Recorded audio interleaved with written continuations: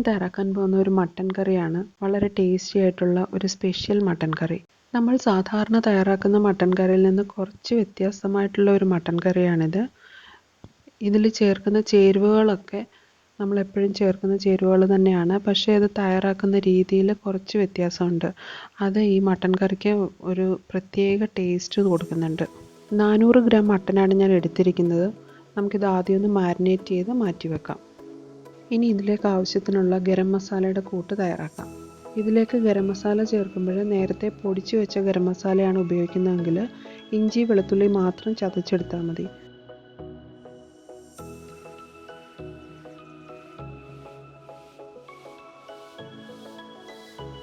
ഒരു ചെറിയ കഷ്ണം പട്ട, 3 ഗ്രാമ്പു, 1 തക്കോലം, 2 ഏലക്കായ, 1 ടീസ്പൂൺ പെരിഞ്ജീരകം.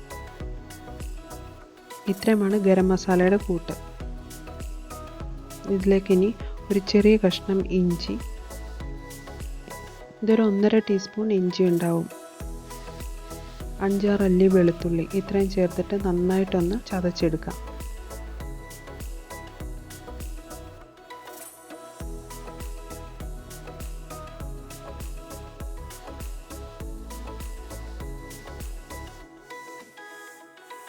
ഇനി നമുക്ക് ഈ മട്ടനിലേക്ക് 1/2 ടീസ്പൂൺ ഉപ്പ്, 1/4 ടീസ്പൂൺ മഞ്ഞൾപ്പൊടി, 1 ടീസ്പൂൺ ഗരം മസാല, ഇത് 2 ടീസ്പൂൺ കാശ്മീരി മുളക് പൊടിയും 1.5 ടീസ്പൂൺ മല്ലിപ്പൊടിയും റോസ്റ്റ് ചെയ്തെടുത്തതാണ്. നമ്മളിങ്ങനെ റോസ്റ്റ് ചെയ്തെടുക്കുമ്പോൾ കറിക്ക് നല്ലൊരു കളർ കിട്ടും. ഇതിൽ നിന്ന് 1.5 ടീസ്പൂൺ ചേർത്തിട്ട് എല്ലാം കൂടി നമുക്കൊന്ന് ഇളക്കി യോജിപ്പിച്ച് ചേർക്കാം. ഈ മസാലയെ നമ്മൾ 3 ഭാഗങ്ങളായിട്ടാണ് ചേർക്കുന്നത്. അതുകൊണ്ട് ഇപ്പോൾ അതിൻ്റെ ഒരു 1/3 ഭാഗം മാത്രമേ ഞാൻ ചേർക്കുന്നുള്ളൂ. ഇപ്പോൾ ഇത് നന്നായിട്ട് ഇളക്കി യോജിപ്പിച്ചു. ഇനി നമുക്ക് കുറച്ച് സമയത്തേക്ക് ഇതൊന്ന് റെസ്റ്റ് ചെയ്യാൻ വേണ്ടിയിട്ട് വെക്കാം. ഇപ്പോൾ 1/2 മണിക്കൂർ കഴിഞ്ഞിട്ടുണ്ട്. ഇനി നമുക്ക് ഇതൊരു പ്രഷർ കുക്കറിൽ വെച്ച് വേവിച്ചെടുക്കാം. ബീഫിലെ പോലെ മട്ടനിൽ അധികം വെള്ളം ഇറങ്ങത്തില്ല. അപ്പോൾ നമ്മളത് വേവിക്കാൻ ആവശ്യത്തിനുള്ള വെള്ളം കൂടി ചേർത്തിട്ട് വെക്കാം. ഞാനിത് മാരിനേറ്റ് ചെയ്ത പാത്രത്തിലോട്ട് തന്നെ 1 കപ്പ് വെള്ളം കൂടി ചേർത്തിട്ട് അതുകൂടി ചേർത്ത് കൊടുക്കുന്നുണ്ട്. കുറച്ച് കറിവേപ്പില കൂടി ചേർത്തിട്ട് കുക്കർ അടച്ചു വെച്ച് വേവിക്കാം.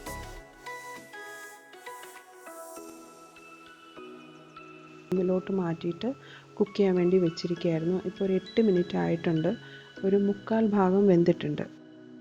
കുക്കറിൽ നമുക്ക് ഇത്രയും വേവിച്ചാൽ മതി. ബാക്കി നമ്മൾ ഇതിലേക്ക് ആവശ്യത്തിനുള്ള ഗ്രേവി തയ്യാറാക്കിയിട്ട് അതിലേക്ക് ഈ മട്ടൻ കൂടി ചേർത്തിട്ട് ഒന്ന് സ്ലോ കുക്ക് ചെയ്തെടുക്കണം. ഇനി ഒരു പാൻ വെച്ചിട്ട് അത് ചൂടാകുമ്പോൾ അതിലേക്ക് 1 ടേബിൾ സ്പൂൺ വെളിച്ചെണ്ണയാണ് ഞാൻ ഒഴിച്ചത്. 2-2.5 ടേബിൾ സ്പൂൺ വരെ വെളിച്ചെണ്ണ ചേർക്കാം കേട്ടോ. ഞാനെപ്പോഴും ഓയിൽ കുറച്ച് യൂസ് ചെയ്യുന്നതുകൊണ്ട് ഞാനിപ്പോൾ 1 ടീസ്പൂൺ ഇവിടെ ഒഴിച്ചിട്ടുള്ളൂ. എണ്ണ ചൂടായിട്ടുണ്ട്. ഇതിലേക്ക് 1/2 കപ്പ് ചുവന്നുള്ളി ചെറിയ കഷ്ണങ്ങളാക്കി കട്ട് ചെയ്തത്, 1 പച്ചമുളക്, നല്ല എരിവുള്ള പച്ചമുളകാണ് അതുകൊണ്ട് ഞാൻ 1 ഉപയോഗിക്കുന്നുള്ളൂ, 1 മീഡിയം സൈസ് സവാള ചെറിയതായിട്ട് കട്ട് ചെയ്തത്. ഇത്രയും ചേർത്തിട്ട് ഒന്ന് വഴറ്റിയെടുക്കണം. സവാള വേഗം വഴന്ന് കിട്ടാൻ വേണ്ടിയിട്ട് ഇതിലേക്ക് 1/2 ടീസ്പൂൺ ഉപ്പ് കൂടി ചേർക്കുന്നുണ്ട്.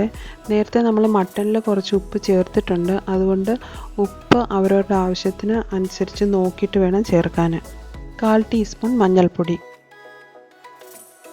ഇനി നമ്മൾ നേരത്തെ ചതച്ച് വെച്ചിരിക്കുന്ന ഗരം മസാലയുടെ കൂട്ടിൽ നിന്ന് 1 ഭാഗം കൂടി ഞാനിപ്പോൾ ചേർക്കുന്നുണ്ട്. ബാക്കി 1 ഭാഗം കൂടെ വെച്ചിട്ടുണ്ട്. ഇത് നമ്മൾ ലാസ്റ്റിൽ കടുക് വറുത്ത് ചേർക്കുമ്പോൾ അതിൽ ചേർക്കും. ഇതാണ് ഞാൻ ആദ്യം പറഞ്ഞത്, നമ്മൾ സാധാരണ തയ്യാറാക്കുന്ന രീതിയിൽ നിന്ന് കുറച്ച് വ്യത്യാസമായിട്ടുള്ളൊരു രീതിയിലാണ് ഈ മട്ടൻ കറി തയ്യാറാക്കുന്നതെന്ന്. നന്നായിട്ട് പഴുത്ത ഒരു തക്കാളി കനം കുറച്ച് അരിഞ്ഞത് കൂടി ചേർത്തിട്ട് നന്നായിട്ട് വഴറ്റാം. ഇനി നമുക്കിത് കുറച്ച് സമയം ഒന്ന് അടച്ചു വെച്ച് വേവിക്കാം. ഈ തക്കാളിയും സവാളയൊക്കെ നന്നായിട്ടൊന്ന് വഴന്ന് കിട്ടണം.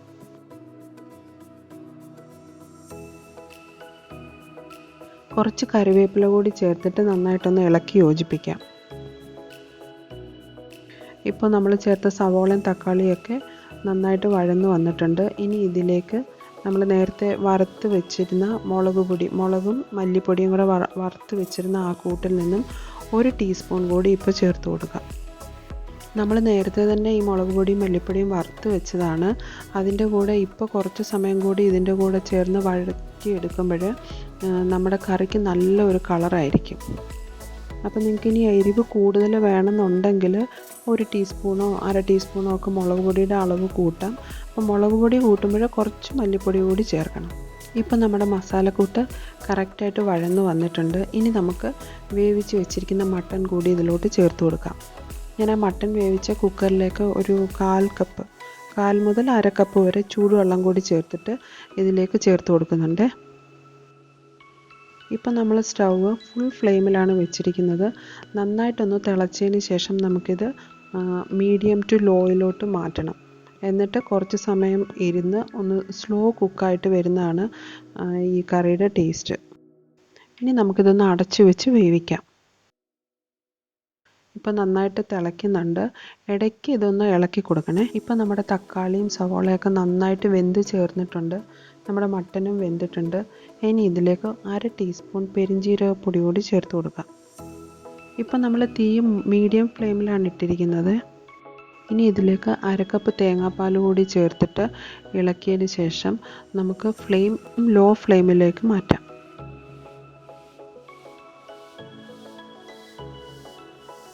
ഇപ്പം നമ്മൾ തേങ്ങാപ്പാൽ ചേർത്തപ്പോൾ നമ്മുടെ കറിയുടെ കളറ് കുറച്ചൊരു ലൈറ്റ് കളറായിട്ട് മാറിയിട്ടുണ്ട്. പക്ഷേങ്കിൽ അത് നമ്മൾ പിന്നെ മുളക് പൊടിയൊക്കെ ചേർത്തിട്ട് കടുക് വറക്കുമ്പോഴത്തേക്ക് വീണ്ടും ആ ഡാർക്ക് കളറിലോട്ട് തന്നെ വന്നോളും. സാധാരണയായിട്ട് നമ്മൾ കറികളിൽ തേങ്ങാപ്പാൽ ചേർത്ത് കഴിഞ്ഞാൽ ഉടനെ തന്നെ ഫ്ലെയിം ഓഫ് ചെയ്യാറുണ്ട്. പക്ഷേ ഇത് ലോ ഫ്ലെയിമിൽ കുറച്ച് സമയം കൂടി ഇങ്ങനെ വെക്കണം. എന്നാൽ മാത്രമേ അതിൻ്റെ ആ ഓയിലൊക്കെ മുകളിലോട്ട് ഇങ്ങനെ തെളിഞ്ഞ് വരത്തുള്ളൂ. ഇനി നമുക്കിതിലേക്ക് കടുക് വറുത്ത് ചേർക്കാം. സാധാരണ കടുക് വറുക്കുന്നതിനേക്കാൾ കുറച്ച് വ്യത്യാസമായിട്ടാണ് നമ്മൾ ഈ കറിയിലേക്ക് കടുക് വറുത്ത് ചേർക്കുന്നത്. ശരിക്കും ഈ കടുക് വറുത്ത് ചേർക്കുന്നതാണ് ഈ കറിയുടെ ടേസ്റ്റിൻ്റെ ഒരു ഹൈലൈറ്റ്. കടുക് വറുക്കുന്നതിനായിട്ട് ഒരു കടായി അടുപ്പിൽ വെച്ചിട്ട് ചൂടാകുമ്പോൾ അതിലേക്ക് 2 ടേബിൾ സ്പൂൺ വെളിച്ചെണ്ണയാണ് ഞാൻ ഒഴിക്കുന്നത്.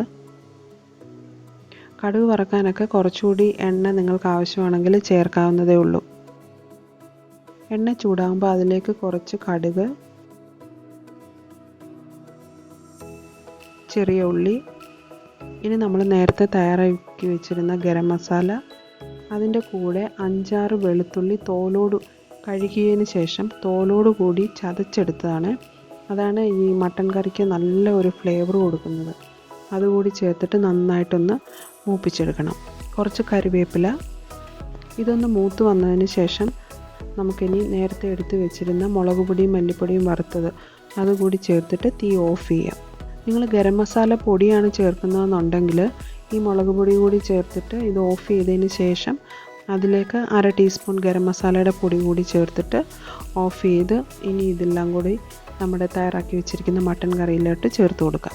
ഇനി ഇതെല്ലാം കൂടി ഇളക്കി യോജിപ്പിച്ചതിന് ശേഷം വീണ്ടും സ്റ്റൗ ഓൺ ചെയ്തതിന് ശേഷം ലോ ഫ്ലെയിമിൽ ഒരു 2 മിനിറ്റ് കൂടി നമ്മളിത് ഒന്ന് തിളയ്ക്കാൻ വേണ്ടിയിട്ട് വിടണം. അപ്പോഴാണ് ആ എണ്ണയൊക്കെ മുകളിൽ തെളിഞ്ഞിട്ട് നമ്മുടെ മട്ടൻ കറിക്ക് നല്ല ഒരു ലുക്ക് വരത്തുള്ളൂ. ഇപ്പോൾ നമ്മുടെ മട്ടൻ കറിയുടെ കളറും നന്നായിട്ട് വന്നിട്ടുണ്ട്. പിന്നെ ആ എണ്ണയൊക്കെ നന്നായിട്ട് തെളിഞ്ഞു വന്നിട്ടുണ്ട്. നമ്മൾ സാധാരണയായിട്ട് ചേർക്കുന്ന ചേരുവകളൊക്കെ തന്നെയാണ് ഇതിൽ ചേർത്തിരിക്കുന്നത്. പക്ഷേ ആ തയ്യാറാക്കുന്ന രീതിയിലുള്ള വ്യത്യാസം കൊണ്ടായിരിക്കാം സാധാരണ മട്ടൻ കറിയിൽ നിന്നും നല്ല വ്യത്യാസത്തിലുള്ള ടേസ്റ്റുള്ള ഒരു മട്ടൻ കറിയാണിത്.